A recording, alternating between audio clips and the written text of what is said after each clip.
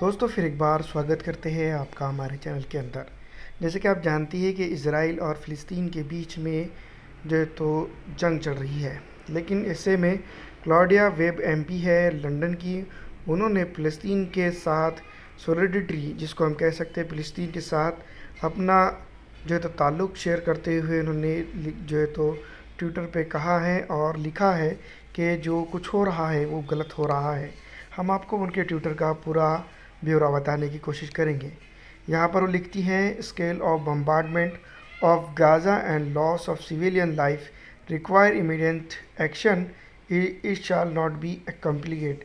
मतलब कि जो जिस तरह से बमबारी हो रही है वो जो है तो रुकनी चाहिए, जल्दी से उसके ऊपर एक्शन लेना चाहिए।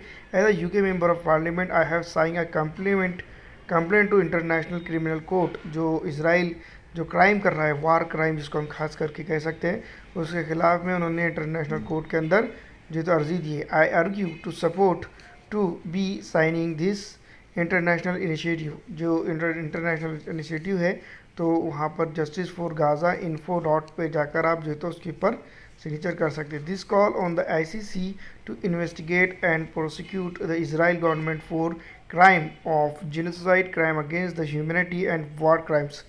जो मैं पहले ही कह चुका हूँ कि वार क्राइम्स को लेकर उन्होंने ये ट्वीट किया है। उन्होंने मज़ीद ट्वीट करते हुए जो तो वो बता रही है, पिछले 2-3 दिनों से वो करते जा रही है। The UN security council just voted on a UAE resolution for an immediate humanitarian ceasefire which majority of the world wants।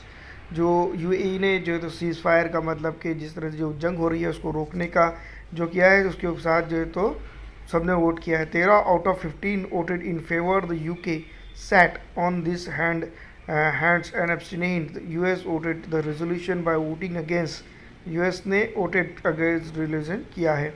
तो over 17,000 Palestinian has been killed by Israel as a strike. मतलब कि 17,000 लोग मरे हैं, जिसमें से 7,000 almost half जो children है। Britain and the US are complementally the world is calling for an immediate cease fire.